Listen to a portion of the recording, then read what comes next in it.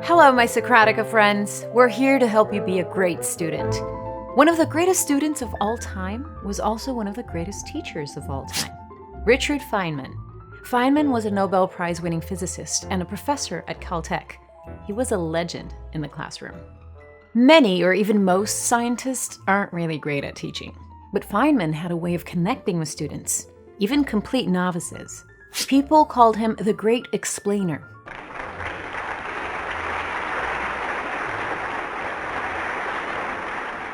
Symmetry seems to be absolutely fascinating to the human mind. We like to look at symmetrical things in nature, such as balls, which are perfectly symmetrical, spheres, like planets and the sun and so on, or symmetrical crystals, snowflakes, flowers, which are nearly symmetrical, and so on. But it's not the objects in nature, the symmetry of the objects in nature that I want to talk about tonight.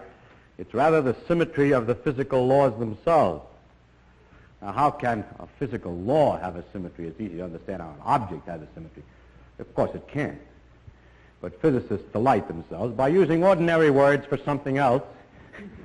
And so in this case, they have a thing about the physical laws which is very close to symmetry of objects, and they call it the symmetry of the laws.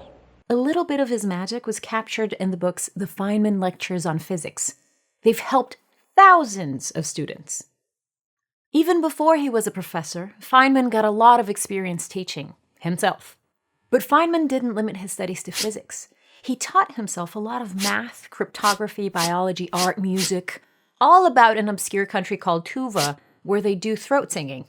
He was insatiably curious. Most professors locked themselves away in their office or their lab, but Feynman had this unusual habit of wandering into other departments and talking with students and professors outside of his field. How did he get to be so conversant in so many areas? By avoiding jargon and getting back to first principles.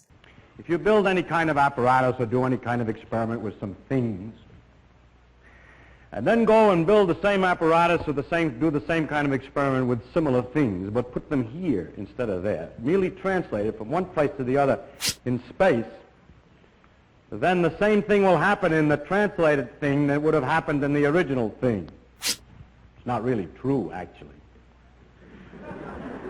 If I actually built such an apparatus and then displaced it 20 feet in that direction, it would get into the wall and there would be difficulties.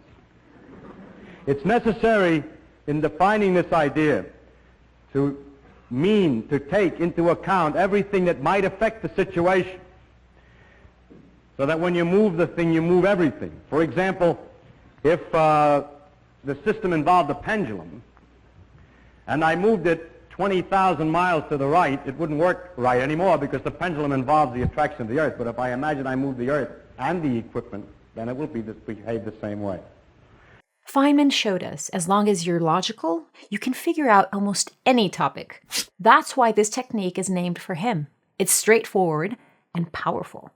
Most people use the Feynman technique when they're preparing for a test, but you can use it anytime you want to teach yourself something. It's a kind of sanity check to make sure you're not just parroting back what you read in the textbook or heard in a lecture. The Feynman technique lets you double-check that you really understand what you've learned. Step 1, pick your subject. This is going to work best if it's a small, manageable topic. For instance, covalent bonds, not all of inorganic chemistry. Step 2, write an explanation of the concept in very simple language. Imagine you're teaching covalent bonds to someone who doesn't know anything about chemistry.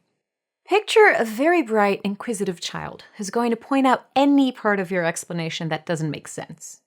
Now observe yourself as you write out your explanation. Is there any point where you're having a lot of trouble explaining the concept simply? That's it. That's the heart of the Feynman technique right there. That part that's a little too complicated is what you need to review until you understand it well enough that you could explain it to a child. Step 3, go back to your textbook and your lecture notes and review that complicated part. Now, try explaining it again. It can help to use analogies and pictures. Remember to avoid any jargon terms. Step 4, now go through your explanation again and try to simplify it even more. Try it out on a friend who's not in your class and doesn't know anything about this topic. Can you teach this subject to a novice? That's it. That's the Feynman Technique. Really, is that simple? Surely you're joking, Socratica. Here's a challenge for you. What's something you're studying that's really complicated? In the comment section below, try to explain it to us in a few sentences.